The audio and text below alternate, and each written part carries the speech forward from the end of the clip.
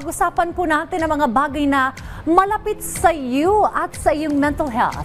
Sa oras na para po sa panibagong kwentuhan na All About You kasama ang millennial psychologist na si Rian Portuguese. Panoorin po natin ito.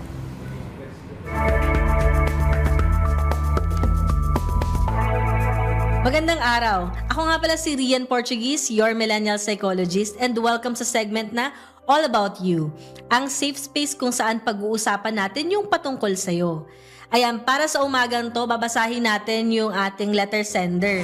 Ang pangalan niya ay Mr. Overthinker. Madalas akong mag-overthink. Pagpawisan ng kamay, mabilis ang tibok ng dibdib, or tibok ng puso, at hindi makalabas ng bahay sa takot na i-judge ako. Anxiety po ba to? Alam mo ba, imposible din naman kasi na kung minsan hindi tayo mag-overthink.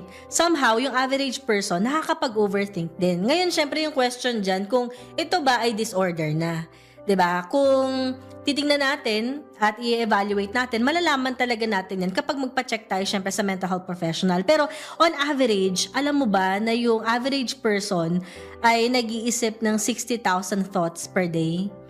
So, kung nag-overthink ka, ibig sabihin, mas higit pa dyan yung iniisip mo. At kadalasan, kapag nag-overthink tayo, ang dami nating mga what-ifs.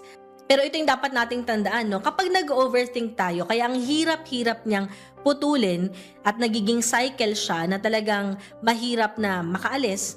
Kasi kapag nag-overthink ka, nagsastart yan sa mga simpleng thoughts hanggang sa yung isang thought na yon, nagbabranch out sa another thought at tuloy-tuloy siya.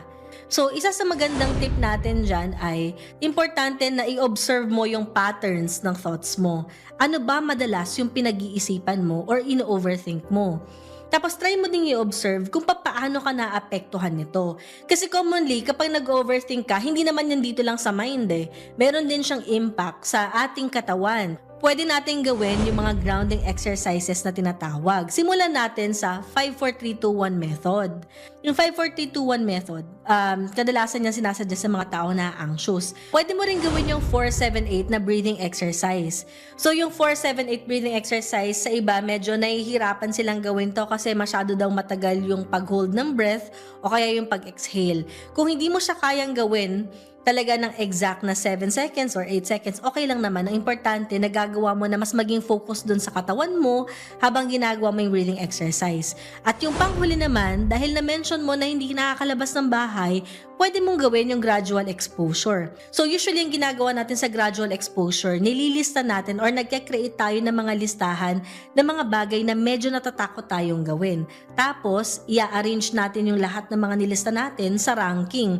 Alin yung pinaka hindi masyadong nakakatakot pero feeling mo kaya mong gawin at ano yung mga bagay na sobrang nakakatakot na feeling mo kailangan mo ng tulong. Ayun, sana nakatulong sa iyo yung mga tips natin. So kung kayo ay merong mga questions katulad din niya, huwag niyong kalimutan na mag-email ng mga questions na mag-a-appear sa screen ninyo. Again, this is All About You, ang safe space mo na kung saan pag-uusapan natin yung mga bagay na patungkol sa'yo.